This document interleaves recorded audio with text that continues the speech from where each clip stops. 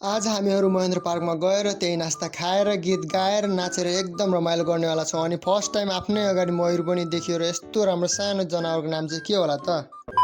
आज चाहिँ हामीहरू कम्प्युटर क्लासको साथीहरू मिलेर महेन्द्र पार्कमा गएर सानो ड्राई पिकनिक गरेर रमाइलो गर्ने सोच्छौँ। सुरुमा त हामी सिधै महेन्द्र पार्कमा पुग्छौँ अनि साथी र म भएर घुम्नतिर लाग्छौँ। चाहिँ हामीहरूले देखेको र नदेखेको दुवै जनावरहरू थियो। सुरुमा चाहिँ हामीले सानो खराएर परेवाला एउटै ठाउँमा राखेको देख्छौँ। त्यसपछि हामीहरू हरिण भएको ठाउँमा पनि जान्छौँ र हरिण हेरेर पालै पालो गएर मयूर, अस्ट्रिच र हिरणहरू सबै हेर्छौँ। अनि लास्टमा चाहिँ मैले कहिले नदेखेको जनावर पनि देखेर जुन मुसा जस्तो थियो र एकदमै राम्रो पनि थियो। त्यसको नाम चाहिँ मलाई थाहा भएन र यदि हजुरहरूलाई थाहा छ भने कमेन्ट गर्न भने नबिर्सनु। त्यसपछि हामीहरू सबैजना एउटै ठाउँमा बस्छौँ र हामीले चाहिँ बस्ने म्याट ल्याउन बिर्सेर रुखको हाँगा भाँचेर बस्छौँ। हामीले नास्तामा चाहिँ मोमो र चाउमिन लगेको थियौँ। लास्टै भोक लागिरहेको बेला केही नसोचेर मोमोलाई चेस गरेर एक बाइट हानिदिन्छु। मलाई भने साथीहरूसँग कतै घुम्न जाने भनेपछि त मन त हुरुक्कै हुन्छ। त्यसपछि मैले चाउमिनलाई पनि मजाले खान्छु र यो एकदमै मिठो पनि थियो। नास्ता खाइसकेपछि हाम्रो साथीहरूले एकछिन मजाले आफ्नो डान्स पनि देखाउँछन् अनि एकछिन गीत पनि गाउँछन्। साथीभाइहरूसँग यसरी नाच्न पाउँदा त एकदमै रमाइलो फिल भएको थियो। त्यसपछि हामीले त्यहाँबाट एक दुईवटा भिडियो पनि बनाउँछौँ र त्यहाँबाट चाहिँ हामीहरू निस्किन्छौँ। अनि आजको लागि चाहिँ यति नै, एन्ड बाई।